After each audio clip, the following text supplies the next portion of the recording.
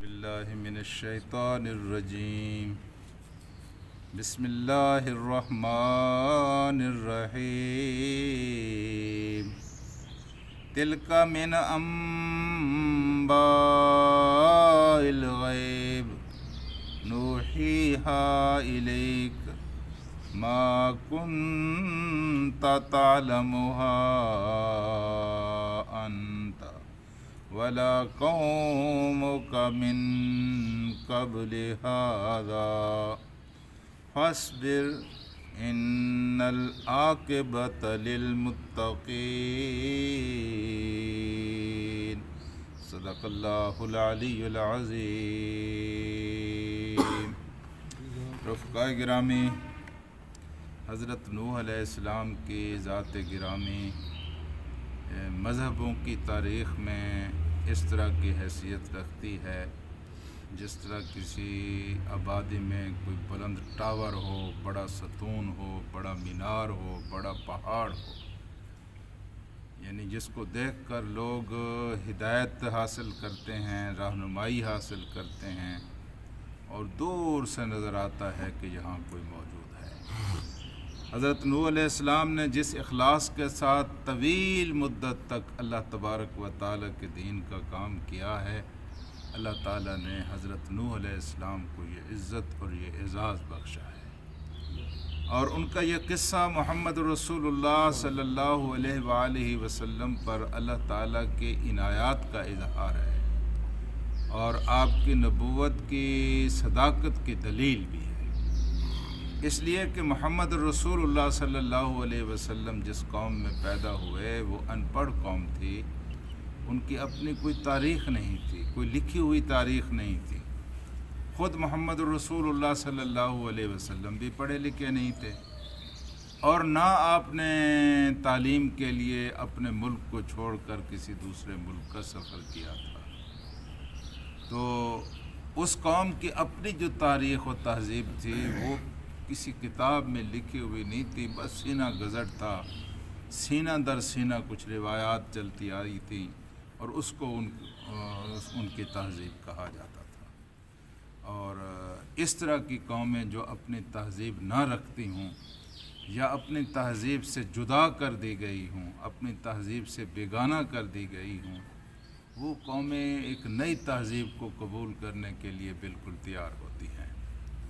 تو شاید اس لیے اللہ تبارک و تعالیٰ نے محمد رسول اللہ صلی اللہ علیہ وسلم کا انتخاب فرمایا کہ آپ اس قوم میں پیدا ہوئے۔ اس قوم کے پاس کوئی تاریخ نہیں تھی۔ جب کسی غالب قوم کو کسی دوسری قوم کو فتح کرنا ہو تو وہ اس طرح کرتے ہیں کہ اس کی تہذیب سے اس کو بیگانہ کر دیتے ہیں۔ پاکستان کے لوگ اگر سمجھنا چاہیں تو یہ بات ان کو بہت اچھی طرح سمجھ آ سکتی ہے، کیونکہ اس وقت وہ اسی عمل سے گزر رہے ہیں۔ غالب قوم نے ان کو ان کی تہذیب سے بیگانہ کر دیا ہے۔ آپ کے بزرگوں کے نزدیک، آپ کے رہنماؤں کے نزدیک، جو آپ کے اسلاف تھے، جو چیزیں پسندیدہ تھیں، آپ کی نوجوان نسل ان کو آج ناپسندیدہ قرار دیتی ہے۔ جو چیزیں کل اچھی تھیں آج وہ بری لگتی ہیں۔ دین سے بیگانگی ہے، مذہبی اقدار سے بے رغبتی ہے اور لوگ منہ موڑے ہوئے ہیں۔ یہ کسی قوم کی تباہی کی بنیادی علامت ہوتی ہے کہ اس قوم کو اس کی تہذیب سے جدا کر دیا جائے۔ محمد رسول اللہ صلی اللہ علیہ وآلہ وسلم نے جب آنکھ کھولی تو اس وقت ان کی قوم بالکل ایک بے تہذیب، یوں سمجھیں کہ ان کے پاس کوئی لکھی ہوئی تہذیب نہیں تھی، اور ان کے پاس اپنی جب تہذیب نہیں تھی تو ان کو دوسری قوموں کی تہذیب کا کیسے حال معلوم تھا۔ اب یکا یک اللہ کے رسول حضرت نوح علیہ السلام کا قصہ ان کو سنا دیا۔ حضرت نوح علیہ السلام کا قصہ اس قوم کے تو کسی فرد کو اتنا اس کا پتہ بھی نہیں تھا۔ کوئی بائبل میں، کوئی تورات و انجیل میں حضرت نوح علیہ السلام کے قصے اگر کہیں موجود بھی تھے تو کہیں سے کوئی پیغام نہیں ملتا تھا۔ جس طرح نبیوں کی تاریخوں کے ساتھ انہوں نے کیا، حضرت نوح علیہ السلام کے ساتھ بھی انہوں نے اس طرح کیا۔ یکا یک اللہ کی مہربانی ہوئی کہ حضرت نوح علیہ السلام کا قصہ محمد رسول اللہ صلی اللہ علیہ وسلم کی زبان پر جاری ہوا۔ یہ اس بات کی بھی دلیل تھی کہ آپ کو اللہ تعالیٰ کی طرف سے وحی کی ایک نصرت اور مدد حاصل ہے، جس کی بنیاد پر آپ پرانے زمانے کی ایسی خبریں بتا رہے ہیں جن کا اس آبادی میں کسی کو علم بھی نہیں تھا۔ اور حضور کریم صلی اللہ علیہ وآلہ وسلم نے پھر یہ قصہ نہیں سنایا، بلکہ اس قصے کو اس طرح ان کے سامنے پیش کیا کہ گویا اس صورتحال کے اوپر بالکل فٹ آ گیا کہ اے قوم کے لوگوں، تم بالکل اپنے نبی کے ساتھ اس طرح کر رہے ہو جس طرح نوح علیہ السلام کی قوم نے اپنے نبی کے ساتھ کیا تھا۔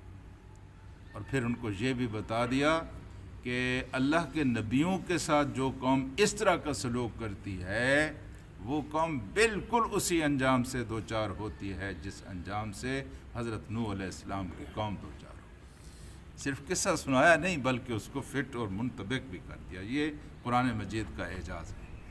اب آپ سنیں اس آیت کو جو میں نے آپ کے سامنے پڑھی ہے۔ تلک من انباء الغیب، یہ نوح کا قصہ جو ہم نے آپ کو سنایا ہے، من انباء الغیب، یہ تو غیب کی خبریں ہیں، یہ تو غیب کے حالات ہیں۔ آپ تو موجود نہیں تھے جب یہ واقعات ہو رہے تھے۔ جی تلک من انباء الغیب نوحیہا الیک، یہ آپ نے کہیں سے پڑھے نہیں ہیں، آپ کو کسی نے سنائے نہیں ہیں، بلکہ ہم نے آپ کی طرف وحی کی۔ گویا یہ نوح علیہ السلام کا قصہ بذات خود محمد رسول اللہ صلی اللہ علیہ وسلم کی رسالت کی گواہی بھی ہے، شہادت بھی ہے، ثبوت بھی ہے۔ پھر فرمایا نوحیہا الیک ما کنت تعلمھا، آپ تو ان کو نہیں جانتے تھے، ما کنت، آپ نہیں تھے، تعلمھا، اس کے جاننے والے نہیں تھے، آپ کو کوئی خبر نہیں تھی، ولا قومک، اور نہ آپ کی قوم اس قصے کے بارے میں کچھ جانتی تھی، من قبل ھذا، اس قصے کے سنانے سے پہلے نہ آپ کو اس قصے کے بارے میں کچھ پتہ تھا، نہ آپ کی قوم کے کسی فرد کو اس قصے کے بارے میں خبر تھی اور پتہ تھا۔ تو یہ اس بات کا گویا ثبوت ہو گیا کہ محمد رسول اللہ صلی اللہ علیہ وسلم ایک ایسے ذریعہ علم سے وابستہ ہیں جو کسی دوسرے کے پاس نہیں ہے سوائے اللہ کے۔ پھر فرمایا کہ فصبر، بس صبر کرنا، آپ صبر کریں۔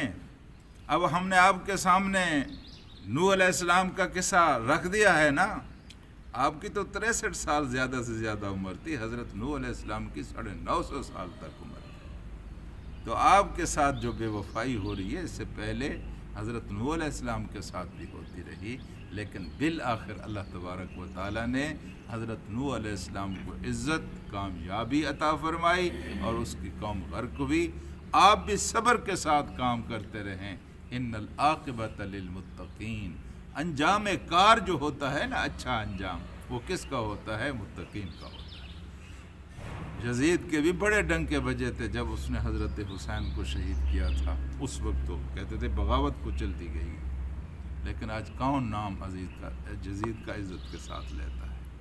والعاقبۃ للمتقین، انجام کار ہمیشہ اچھے کام کا اور اچھے لوگوں کا ہوا کرتا ہے۔